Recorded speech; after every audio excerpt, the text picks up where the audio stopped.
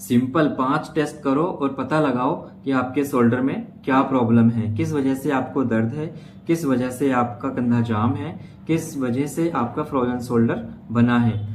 तो मैं doctor MS Khan, आज हम बात करेंगे सिंपल से 5 टेस्ट की, जिनको आप खुद से अप्लाई करके खुद से चेक कर सकते हैं कि आपके शोल्डर जॉइंट में क्या प्रॉब्लम है, किस वजह से आपका कंधा जाम हुआ है और फ्रोजन शोल्डर होने की असली क्या वजह है।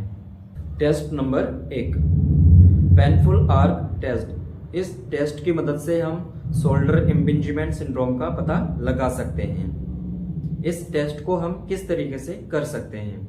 इस टेस्ट को करने का तरीका ये होता है कि हम सीधे खड़े हो जाएंगे और जिस शोल्डर में आपको प्रॉब्लम है उसको साइड में रखेंगे इस तरीके से, ठीक है। और फिर इस हाथ को धीरे धीरे धीरे धीरे साइड से ऊपर की तरफ हम उठाते जाएंगे और ये नोट करना है कि किस डिग्री किस एंगल में हमें दर्द हुआ और किस डिग्री किस एंगल में हमारा दर्द कम हो गया। क्योंकि जब हमारा हाथ साइड से धीरे धीरे ऊपर जाता है तो 60 डिग्री आते ही, 60 डिग्री आते ही हमें दर्द स्टार्ट हो जाएगा और ये दर्द लगभग 120 डिग्री तक चलता रहता है। 120 डिग्री के बाद धीरे धीरे ये दर्द कम हो जाता है। अगर ये आपको महसूस होता है तो ये टेस्ट पॉजिटिव होता है। ये अंदाज़ा लगा सकते हैं कि हमें शोल्डर इम्पिंजमेंट सिंड्रोम की प्रॉब्लम हो सकती है।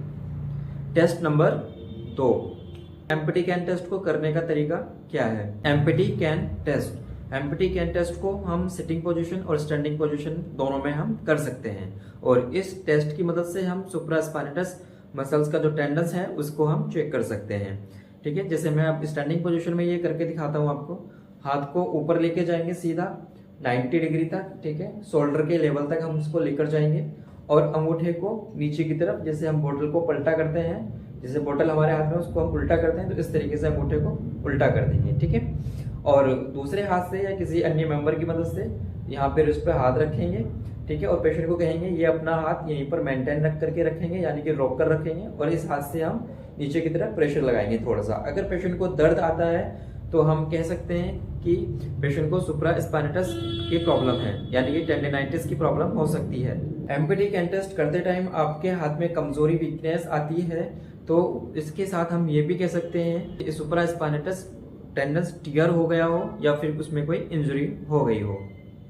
Test number 3, Hawkins Kennedy test. इस टेस्ट की मदद से हम शोल्डर इम्पिंजमेंट को चेक कर सकते हैं। ये टेस्ट हम सिटिंग पोजीशन और स्टैंडिंग पोजीशन दोनों में कर सकते हैं। मैं आपको स्टैंडिंग पोजीशन में करके दिखाता हूँ। हाथ को शोल्डर के लेवल तक लेकर जाएंगे, ठीक है।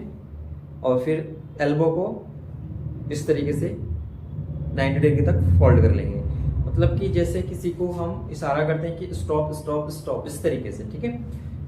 ये पोजीशन हम बनाएंगे। फिर दूसरे हाथ से हम इसको नीचे की तरफ, फॉरआर्म को नीचे की तरफ इस तरीके से हम डाउन कर देंगे, ठीक है। अगर आपको शोल्डर के फ्रंट और साइड में दर्द आता है तो हम ये कह सकते हैं कि पेशेंट को शोल्डर इम्पिंजमेंट हुआ है। Test number 4, cross body adduction. इस टेस्ट की मदद से हम ऐसे ज्वाइंट्स का पता लगा सकते हैं कि ऐसी ज्वाइंट्स, यानी कि एक्रोमियोक्लेविकुलर ज्वाइंट्स का पता लगा सकते हैं। ये टेस्ट हम 2 पोजीशन में कर सकते हैं, स्टैंडिंग पोजीशन भी और सिटिंग पोजीशन भी। मैं आपको सिटिंग पोजीशन में करके दिखाता हूँ। हाथ को सीधा लेकर जाएंगे शोल्डर के लेवल तक और दूसरे हाथ से या किसी अन्य मेंबर की मदद से हाथ को दूसरे शोल्डर की साइड हम इस तरीके से लेकर जाएंगे क्रॉस, ठीक है। क्रॉस बॉडी एडक्शन टेस्ट, ठीक है। दूसरी साइड में हम इसको एडक्स कराएंगे तो आपके शोल्डर में टॉप पर जब दर्द होगा तो हम ये कह सकते हैं कि ये टेस्ट पॉजिटिव है। अगर आपके शोल्डर के टॉप में दर्द आता है तो हम कह सकते हैं ऐसे ज्वाइंट्स में इन्फ्लेमेशन या फिर अर्थराइटिस हो सकती है। टेस्ट नंबर 5, इस टेस्ट की मदद से हम सब स्कैपुलरिस टेंडिनाइटिस का पता लगा सकते हैं। यह टेस्ट स्टैंडिंग पोजीशन और सिटिंग पोजीशन दोनों में हो सकता है। इस टेस्ट में आपको स्टैंडिंग पोजीशन में करके दिखाता हूँ।